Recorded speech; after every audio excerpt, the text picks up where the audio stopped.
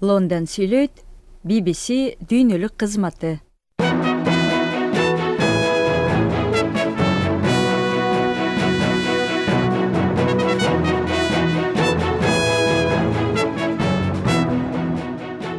Саламатсыздарбы, бүгүнкү BBC дүрбүсүндө. Бириккен Улуттар Уюму Кытайдын Шинжаңдагы мусулман азчылыктарынын укуктарын олуттуу бузушу адамзатка каршы кылмыш катары каралышы мүмкүн деп билдирди. Укук коргоочулардын эсебинде Шинжаңдагы тарбия лагерине камалган адамдар миллиондон ашат. СССРдин биринчи жана акыркы президенти Михаил Горбачев Москвада ооруканада 92 жашында дүйнөдөн кайтты. Геосаясий чоң революция жасап кетти десем жаңылбайбыз го. Кыргызстан 31 августта эгемендик күнүн белгиледи. Азыркы саясий контекстте Кыргызстан үчүн эгемендиктин мааниси эмнеде? Ан үчүн биз биринчи тарыхыбызды терең билишибиз керек. Евробиримдикте Россиядан барган газдын баасы кескин кымбаттап, элди бушайман кылууда. Бул жана башка жаңылыктар, ойлор жана пикирлер, макала маектер BBC дүрбүсүндө. Биздин толкундан четтебеңиздер.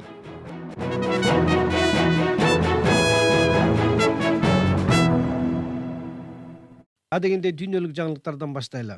Бириккен Улуттар Уюму көптөн бери күтүлүп жаткан отчетун чыгарып, Кытайдын Шинжаң провинциясындагы уйгур жана башка мусулман калктарды кармап камап, кыйноого салган, бөркал десе башалган өкүмзордук саясатын айыптады. Кытай өз кезегинде бул отчетту жарыялоого каршы болуп, аны батыш өлкөлөрүнүн оюна келген фарс деп атады. Элдияр Бакиров теманы улантат. Отчетто уйгур мусулмандары жана башка этникалык азчылыктарга жасалган куугунтук, зордук зомбулук фактыларына баа берилген. Иликтөөчү адистер кыйноолордун кашкайган далилдери табылганын, алар адамгерчиликке каршы кылмыш болуп каралышы мүмкүн деп билдиришти. Алар Кытайда улуттук коопсуздук жөнүндө чаржайыт жазылган мыйзамга таянып, азчылыктардын укуктарын басмырлап, ээн баштык менен кармап камоолорго барып жатат деп айыпташты. Буунун Адам укуктары боюнча Жогорку комиссарынын башкармалыгынын тапшырмасы боюнча даярдалган отчетто камакка түшкөн адамдарга ырайымсыз мамиле жасалганы, анын ичинде жыныстык жана гендердик зомбулук учурлары да болгону айтылат. Ошондой эле бийлик үй-бүлөнү пландаштыруу саясатына жабына алып, адамдарды балалуу болуу иштерине чейин кийлишип, мажбурлап дарылаган учурлары да жазылган. Бул Кытайга ээн баштык менен эркинен ажыратылып камакка алынган бардык адамдарга бошотууга чакырды жана Пекиндин айрым аракеттери эл аралык кылмыштарга, анын ичинде адамгерчиликке каршы кылмышка барабар болуп каралышы мүмкүн экенин эскертти. Буунун отчетунда канча адам ээн баштык менен кармалып камалганы так айтылбайт. Бирок укук коргоочулардын эсебинде Шинжаңдагы тарбия лагерине камалган адамдар миллиондон ашат. Шинжаңда 12 миллиондун тегерегинде уйгурлар жашайт. Негизинен баары мусулман. Бир топ мамлекеттер Пекиндин Шинжаңдагы саясатын геноцид деп аташат. Пекин өз кезегинде аны кыянат иштерге айыптаган отчетту четке кагып, тарбия лагерлери терроризм менен күрөшүү үчүн ачылганын жүйө тартууда. Байдендин командасынын өткөн жылы август айында чыгарган кайрылууда уйгурлар авторитардык Кытай бийлигинин колунан ырайымсыз куугунтукталды деп айтылган. Адам укуктарын коргоон топтор Кытай миллиондогон ашуун уйгур жана кыргыз, казак сыяктуу башка азчылыктарды тарбия лагерлерине күч менен жөнөткөнүн байма-бай айтып келишет. BBC Пекин Шинжаңдагы азчылыктарды мажбурлап иштетип жатканын дагы ашкерлеген иликтөөсүн жарыялаган. Шинжаңдагы азчылыктарга карата мамилени кескин сындап келген Европа биримдиги, Британия жана Австралиядагы Вашингтондун артынан геноцид деп айтып чыгышы ыктымал.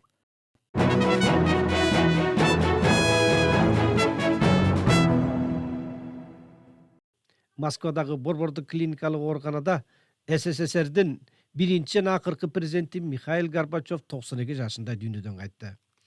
Батышта бул инсанды кансыз согушту токтотууга эң көп күч жумшап, дүйнө жүзүндө сый тапкан адам катары тааныгандар аз эмес. Бирок постсоветтик өлкөлөрдө Горбачевду Советтер Союзун ыдыраткан адам деп айыптагандар да бар. Михаил Горбачев кезинде Кыргызстанга дагы келип кеткен. BBC кабарчысы Абдыбек Казиев Кыргызстандын мурдагы президенти Аскар Акаев менен Горбачевдун саясий ишмердиги жөнүндө учкай маек курду. Эми биринчиден менимче Михаил Сергеевич Горбачев 20-жылдагы эң атактуу, эң белгилүү саясий кызматкер, саясий окумуштуу адамдардын бири катары эске калды. Геополитикалык, геосаясий чоң революция жасап кетти десем жаңылбайбыз го. Себеби ал киши 20-жылдын акырында бүткүл дүйнөнүн геополитикасын өзгөртүп кетти да. Менимче, эгерде батыштын лидерлери ошол кишинин чакыруусуна толук жооп бергенде дүйнө бүгүн тынчтыкта, стабилдүүлүктө, ошо жалпы дүйнөлүк маселелерди чечүүнүн гана үстүндө болмок деп эсептеймин. Мындай геополитикалык конфликттер, согуштар болмок эмес деп эсептеймин. АКШнын ролу абдан чоң болду. Өзгөчө Советтер Союзунда демократия орун алды, бир топ көз карандысыз мамлекеттер пайда болду. Ал эми Кыргызстанга болсо таасири өтө зор болду. Кыргызстанда ал киши бир жолу расмий сапары менен келип кеткен. СССР урардын алдында 91-жылдын күзүндө, бирок менимче чоң таасир калтырды. Ал кишинин сапары Кыргызстан менен дагы бир чоң АКШнын аты байланышкан, себеби мына Ысык көл форуму. Михаил Сергеевич Горбачев жана АКШнын эң жакын шакирттеринин бири биздин атактуу улуу жазуучубуз Чыңгыз Айтматов экөөбүз Ысык көл форумун уюштуруп, бүт дүйнөлүк атактуу адамдарды чогултуп, ошо дүйнөнүн келечеги, адамзаттын келечеги 21-кылымда кандай жолдор менен өсүп өнүгүш керек, ошолорду талкуулап, менимче кыскача айтсак, жол көрсөтүп кетишти десем дагы жаңылбаймын. Мына ошондуктан Михаил Сергеевичтин дүйнөлүк тарыхка өзүнүн таасири абдан зор болду. Мына бүгүн көзү кайтыш болду. Арты кайрылуу болсун деп эсептейм. Анан жеке мен өзүмдү алсам, Горбачев менин президентим, себеби ошол кишинин келиши менен мен саясаттан тышкары адам элем. Ошол кишинин келиши менен 85-жылдан баштап мен дагы саясатка аралашып калдым. АКШнын бир топ поручениялерин аткардым Совет доорунда. Мисалы, Вашингтонго ал кишинин өзүнүн личный поручениясы менен президент Джордж Бушка чейин барып келген 91-жылы. Ошондуктан мен үчүн дагы Михаил Сергеевичтин көзү өтүшү абдан чоң жоготуу, жалпы дүйнөлүк коомчулукка дагы чоң жоготуу, мурунку СССР элдеринин баардыгы үчүн дагы түшүнгөндөр үчүн чоң жоготуу деп эсептеймин. Бирок АКШнын аты тарыхта калмак, АКШнын ысмы жашай берет деп эсептейм. Аскар ага, мына сиз жогоруда айтып калдыңыз, эгерде ошол Горбачевдун чакырыктарына батыш лидерлери толук жооп бергенде, азыр бир топ маселе, чоң конфликттер алдын алып мындай жок болуп калмак деп. Тагыраагы эмне жөнүндө айттыңыз?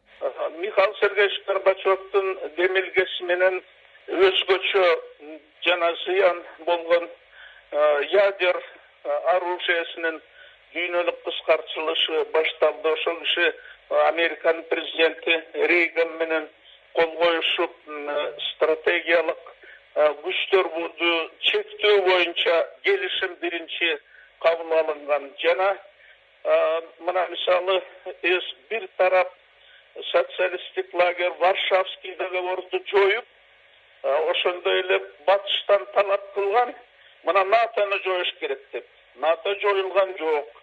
Варшавский договор жоюлду, НАТО жоюлган жок. Мына НАТОнун жашаган терс иштеринин көпчүлүгүн азыр дүйнөлүк геополитикалык конфликттерден көрүп атабыз дүйнөнүн ар кайсы жерлеринде. Мына мен ушундай нерселерди айтам да, толук АКШнын демилгелери ишке ашкан жок. Демилгелеринин баары ишке ашканда дүйнөлүк геополитикалык менимче азыр жер шарында тынччылык болмок, жана баардыгыбыз мына климат өзгөрүп атат. Мына быйыл өзүңөр көрүп атасыңар, дүйнөнүн жарымы өрттөлүп атат, засуха болуп атат, продовольствие жагынан кризис болуп атат. Мына ошолордун баары болмок эмес. Мына ушулар менен адамзат бир бет күрөшүп келмек, жемиштүү деп эсептейм. Кабыл алган олуттуу чечимдердин бири бул экиге бөлүнүп калган Германияны, аны эки жакка оң жээк, сол жээк кылып бөлүп салган дубалды алууга чейин жеткен бир иштер болду. Туура туура айтасың, абдан туура айтасың. Энем Горбачевдун ошо тарыхый чечими, Германияны бириктирүү чечими болгон. Ошону мына бүгүн билингендей Америка Кошмо Штаттары, Улуу Британия мамлекеттери дагы анча колдогон эмес. Себеби Германиянын ошо биригип, анан кийин кайта күчтүү мамлекет болушун каалаган эмес батыштагы. Бирок Михаил Сергеевич ошо чоң иш жасап Германияны бириктирип кетти. Канцлер Коль жакшы мамиле түзүп дегенде бул дагы тарыхый иштеринин бири. BBC кабарчысы Абдыбек Казиев Кыргызстандын мурдагы президенти Аскар Акаев менен Горбачевдун саясий ишмердиги жөнүндө учкай маек курду.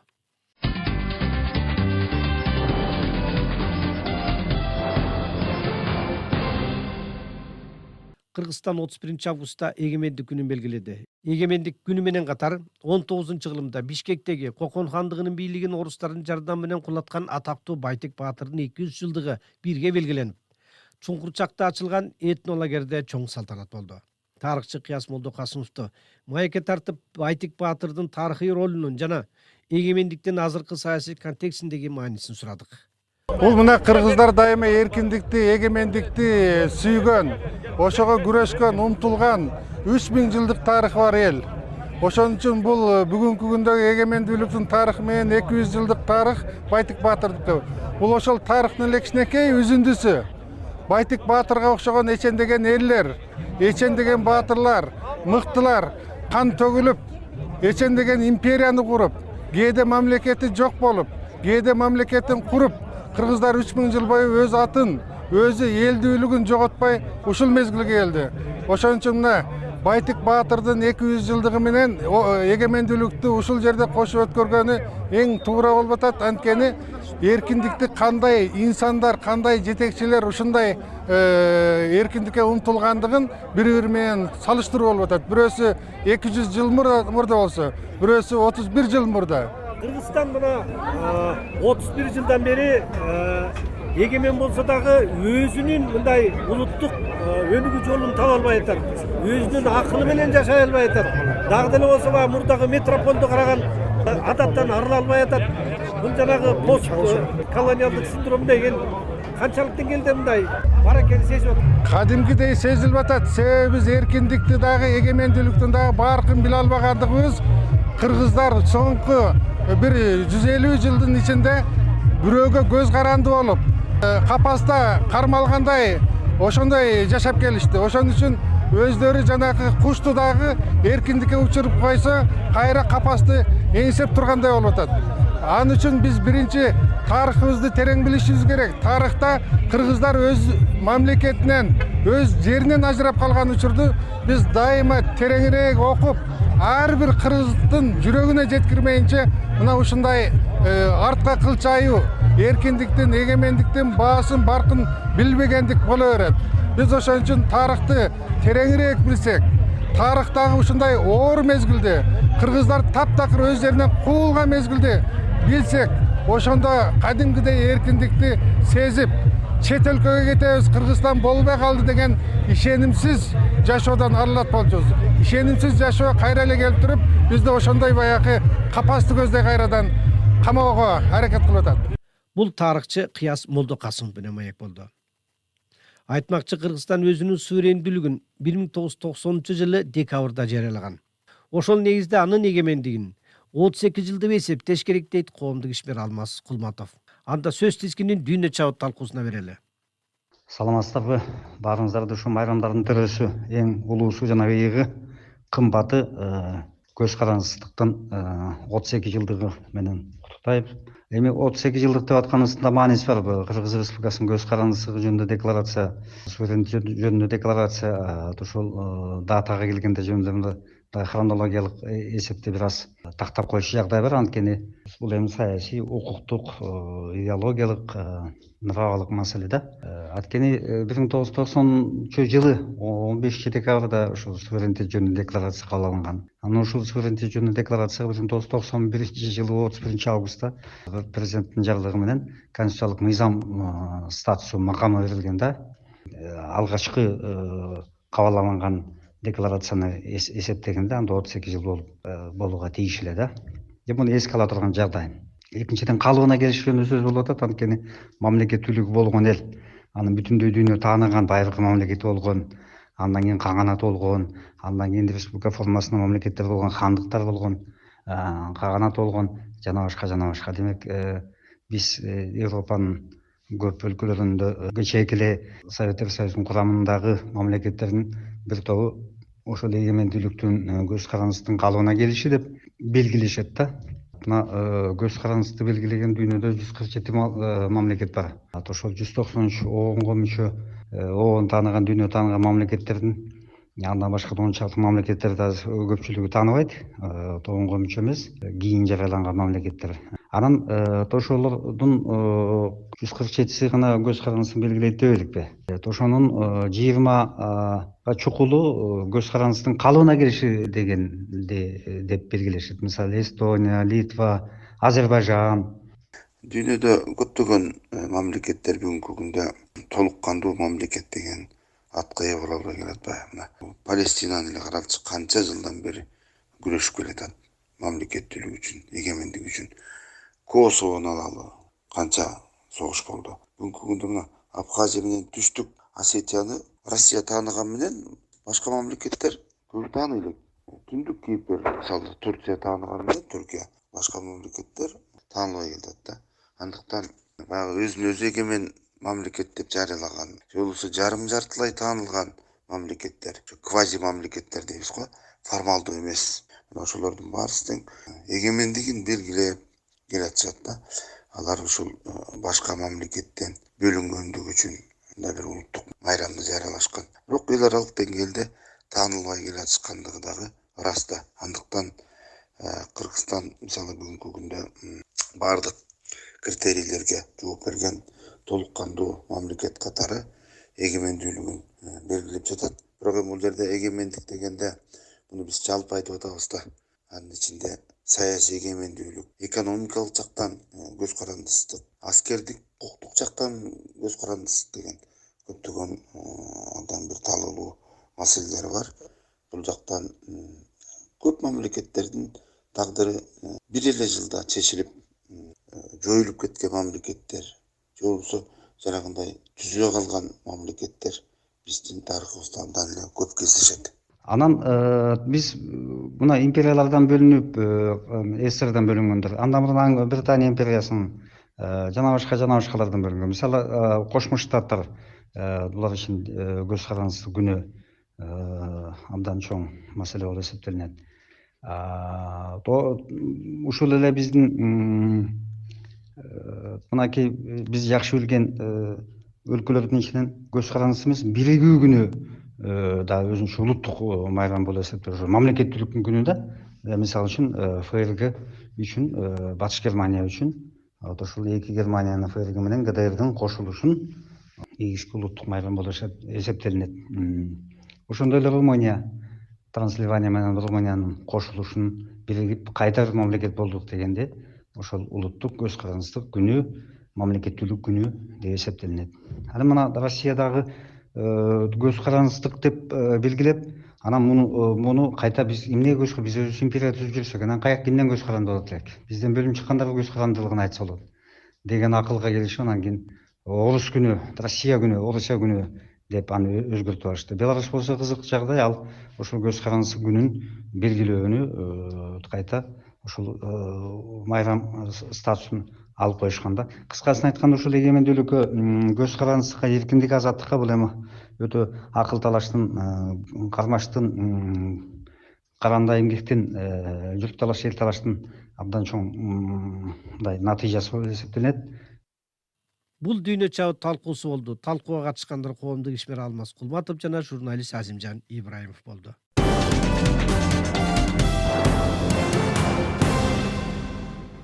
Өткөн ишемби күнү Ата бейиттеги ант берүү аземинен кайтып келе жатып жол кырсыгына кабылган курсанттардын окуясы дагы өзүнчө талкууда турат. Кырсыктаган унаанын айдоочусуна операция жасалды. Калган курсанттар болсо ооруканадагы палатага которулду. Кырсык боюнча кылмыш иши козголуп тергөө жүрүүдө. BBC окуянын кандай болгонун сурап, күбөлөрдүн сөзүн угуп келди. Жол кырсыгында жабыркаган 9 курсант ооруканага жаткырылган. Алардын 4-өө Бишкектеги улуттук госпиталдын нейротравматология бөлүмүндө дарыланууда. Алардын акыбалы жакшы экенин BBCге аскердик институттун начальниги Канагат Уразбеков дагы билдирди. Баары жакшы. Кечөө мен бүт барып, бир бала менен көрүп, сурашып, дары-дармектерин берип, бүт бар менен кабар алып чыктым. Бүт бар азыр положительная динамика, бүт бар палатага которулган. Жакын арада уже госпиталга алып келтирип, буларды госпиталда лечение алабыз. Операциядан бизде бир пропущенный водительный операция болду. Биз өзүбүз дагы курсанттардын акыбалын билмекке ооруканага бардык. Анын алдында курсанттардын ата-энелери, жакын туугандары топтолуп кетпей турушкан экен. Алардын ичинде кырсыктын өзүнө күбө болгон адамдар менен дагы сүйлөштүк. Дагы көрөргүн ичер суу бар экен. Жанареки машинени айдап келаткан балага рахмат эле айтыш керек. Эгерде бул баланын тажрыйбасы жок болгондо, бакты сүзбөй кичине коркуп мындайраак алганда нарсага обочина бүт өлмөк 27 бала. Бул бала ошо өзүн жертва кылып байкуш тиги дубалды эмени сүздү, бакты сүзүп. Ичагарды өзүнүкү үзүлүп кетти, байкуш опурдум. Ошол жерден мен чүрдүм, менин балам экөөбүз. Данный очевидец менмин. Тиги эме оозун ачканда бирден балдар эме шокко түштү да, биринчи балдар. Талпа түшпөгүл алтындарын деп бирден акырын чүрүп отурдук. Деди кырсыкка күбө болгон адамдардын бири. Ал ат башыдан келиптир, бирок эмнегедир атын айтпоонун өтүндү. Кырсык курсанттар ата бейиттен ант берип чыгып бара жаткан жолдо болгон. Жакшы көрсөтүп бүт баарын бүтүп, азыр саат 2-де алып кеткиле, эртең саат 3-кө чейин балдарга бош дегенден артынан ылдый түшүп келатканбыз. Тигилерди ошо машинелерге 4 машинеге жүктөгөн. Анан астындагы машинеде ошо биз биринчи ротадан биздин балдар болуп калып атпайбы. Анан бир кезде пап пип пип пип деп эле астындагы байынын машинесин сүзгүлөй баштаганда эле окуй эмне болду деп чуркасак эле байынын машинеси бияка бурулду. Сол 2 жолу сүзгөндөн кийин аны. Бул бала барып туруп бакты танк эткиз бир сүздү. Кокуй деп эле чуркап барып артынан неметсек эле балдар секирип шокко түшүп калды. Секирип түшүп минтип кызлалаган болуп эле байкуштар. Шопурду айтып атпайбы? Менин балам чүйрөп түштү. Ичагар жарылып, тиги капитандын буту сынып кетти жанындагы. Ичиндегилердин болсо мойну неме кичине баягы травма алышты көп эле. Терпиме, түрүү заточка, башама. Оорукананын жанында топтошуп турган адамдардын бири өзүн Руслан деп тааныштырып сөзгө кошулду. Анын айтымында аскердик автоунаанын тормозу кармабай калган. Жараксыз шылдап атып воздух. Уже накатываем келди, уже потерял управление уже за 50 метров. Курсанттар кабылган жол кырсыгы боюнча кылмыш иши козголгону кабарланды. Ошол учурда кызматтык иликтөө дагы жүрүп жатат. Тергөө иликтөө иштери жол кырсыгынын себептерин аныктап, айыптууларды атаганга чейин ар кандай жоромол божомол кылгыбыз келбейт. Бирок ошентсе дагы күбөлөр айткан айрым маалыматтар ар кандай кейиштүү ойго түртпөй койбойт. Чү дегенде эле аскердик институтта 40 жыл болгон эски автоунаа менен адам ташып жүргөн эмнеси деген олуттуу суроо турат. Анткени окуяга күбө болгон адамдар кырсыктап бакты сүзгөн МАЗ автоунаасы өткөн кылымдын 80-жылдары чыкканын укканын айтып жатышат. Кандай болгондо дагы автоунаанын адам ташууга техникалык жактан даяр эмес болуп чыкканы эң жок дегенде ор койгон шалаакылыктан кабар берет. Эгер андан ары жиресек, аскердик институтта эле эмес, кыргыз армиясында дагы канча эскирген аскердик техника иштеп адам ташып жүрөт деген беймаза суроо чыгат. Аскердик институттун начальниги өз кезегинде кырсыктаган автоунаанын канчалык эски экени жөнүндөгү суроого түз жооп бербей өзүнүн башка жүйөлөрүн келтирди. Бул биздин куралдуу күчтөрүндө МАЗ, КАМАЗ, ар кандай техника бар да биздечи. Булар баягы эми техникалык состояниясына катары, мисалы үчүн жарабай калса алар списанияга кетишет. Бул иштеп жүргөн, эч кандай техникалык состояниясына эмеси жок эле машина болчу кум ичинде отургучтары менен жашнакай эле КАМАЗ, МАЗ эми. Бизде бар дандайлар. Жок, бизге машина бербей атат деп аны алып чыгып алган жерибиз жок. Ал иштеп жүргөн жашнакай буга чейин канча жол чыгып жүргөн. Ошол эле водитель мисалы үчүн мындан 2 күн мурун ошол эле ата бетке бир эмес 2 жол барып келген. Мына 3-чү жолу барып атат. Жаштыкка эле техникалык абалы сонун эле барып келген болчу. Бул эми кырсык болуп атпайбы? Бул эми мисалы үчүн азыр деген 80 эмес андан деле жүрбөй элде мисалы үчүн эметипчи жашнакай жасап алып эле эски техниканы улам карап турса, иштеп турса, агрегаттарын алмаштырып турса, ал машина жүрө берет, ал дагы 100 жыл жүрөт деген маселе. Деди Канагат Уразбеков. Бул кырсык аскердик институтта бир жоокердин өлүмүнүн тергөөсү аякта электеп болуп жатат. 8 августта ушул эле аскердик институтта кароолдо турган бир жоокер өзүн өзү атып өлгөнү расмий кабарланган. Кылмышка шектүү катары бир прапорщик камакка алынган. Андан мурда Ошто аскердик бөлүктө дагы бир жоокер нарядда турган жеринен эсин жоготуп, ооруканага жетпей каза тапты. Аскерлердин өлүмүнүн расмий версиясына эл ичинде көп ишене беришпейт. Анткени армиядагы тартип жана коопсуздук жакшы эмес деген сын пикирлер көп айтылууда. Ошентип адам өлүмүнө алып келген учурлар утур-утур кайталанып, коомчулуктун армиядагы коопсуздукка ишеними бөксөрүп турат. Эми энергетика маселесине келели. Бельгиянын энергетика министри эгер газдын баасы түшпөсө, Евробиримдик 5-10 жыл кыш азабын тартат деп эскертти. Газдын баасын бүт Европанын масштабында чектөө жана аны электр кубатынын баасынан бөлүп кароого чакырыктар. Евробиримдик өлкөлөрү Россия февралда Украинага басып киргенден кийин энергиянын кескин кымбатташына кабатыр болууда. Украинаны колдогон өлкөлөр болсо, Россиянын мунай менен газын импорттоону кыскартууга аракет кылып баштаган. Россия эл аралык санкцияларга кабылганда бул жака газ жиберүүнү кескин кыскартып салды. Бельгиянын энергетика министри Тинне ван дер Стратен Твиттерге газдын баасын азыр тезинен кармоо керек, антпесе газ менен электр кубатынын ортосундагы байланыш жасалма, аны реформалоо зарыл деп жазды. Эгер биз чара көрбөсөк, алдыдагы 5-10 жылда кыш азаптуу болот, деди ал. Ал өмүр бою улана бербейт. Ошондуктан структуралык чараларды караштырышыбыз керек. Биз бааларга чек коюшубуз керек. Ошол эле учурда энергияны тезирээк жаңыланчу энергия булактарына өткөрүшүбүз зарыл. Анткени ал арзан өндүрүлгөндүктөн баасы да арзандамак. Европада электр энергиянын баасы дагы ыкчам көтөрүлүп, ушул аптада рекордтук деңгээлге чыкты. Биз азыркы убакта энергетикалык рынокто болуп жаткан мындай шумдукту токтотушубуз керек, деди Австриянын канцлери Карл Нехаммер. Ал электр кубатынын баасын ылдыйлатыш үчүн Евробиримдикти газ менен электр энергиясынын баасын бөлүүгө чакырды. Биз Путинге электр кубатынын Европадагы баасын күн сайын алмаштырып турушуна жол бере албайбыз, деди ал. Жаратылыш газы мурдагыдай эле Европада электр кубатын өндүрүү үчүн кеңири колдонулууда. Газдын баасы өскөн сайын электрдин дагы баасы асмандап жатат. Кызык жери электр кубаты арзан булактардан өндүрүлүп жатса дагы аны дүңүнөн сатып алууда газдын баасы кошулуп эсептелүүдө. Путин башкарып турган 20 жылдан ашуун мезгилде Евробиримдик Россиядан газ сатып алууну 1,5 эсеге көбөйттү. Ал эми азыр болсо Европа аны 3-2 кыскартууну кыска мөөнөттө ишке ашырган жатат. Евробиримдик энергия үчүн болгон күрөштө Кремль Газпромду курал кылып алганынан күмөн санабайт. Ошондуктан европалыктар газ жеткирүүдө мындан ары Россия тараптын техникалык мүчүлүштүк деген жүйөсүнө ынанбай калды. Ошондон улам газдын оозу бүт буулуп калышы мүмкүн деп эң жаман күнгө дагы камынууда. 1970 жылдан бери алганда эң чоң энергетикалык кризиске кептелген бир нече өлкө газ пайдаланууда кескин кадамдарга барып, ченемдерди киргизген турат. Ченемдер дегенде ыктыярдуу түрдө бара-бара мажбурлоого өтүшү дагы мүмкүн. Европа көмүр жага турган электр станцияларын жаап, өзөктүк энергияга өтүү жөнүндө олуттуу талкууну баштады. Россия ошентип Евробиримдикке газ берүүнү акырындап кыскартууда. Суткасында 100 миллион кубометрге чейин түшүп, соңку 10 жылдагы төмөнкү чекке жетти. Газпром май айында суткасына 250 миллион куб берип жаткан болсо, 3 жыл мурун бул көрсөткүч 500 миллион кубка барабар эле. Страны постоянно ведут разговоры об отказе от российских поставок. Путин бардык жерде Евробиримдиктин лидерлерин сындап келди. И сами своими руками взвинчивают цену.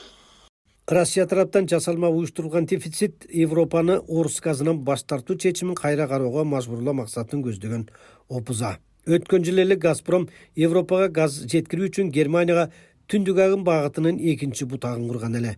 Эми ал Балтика деңизинин түбүндө дат басууда. Партнеры из недружественных стран признают, что не могут обойтись. Путиндин стратегиясы Россияны бул чөлкөмдө мурдагыдай эле энергетикалык держава бойдон калтыруу. Европанын Украинадагы согушка чейинки планы акырындап 2050 жылга чейин газ сатып алууну азайтып отуруу эле. Украинага каршы агрессия Евробиримдиктин бул планын чукул өзгөрттү. 2027 жылы алар Россиянын газынан толук баш тарткан жатат.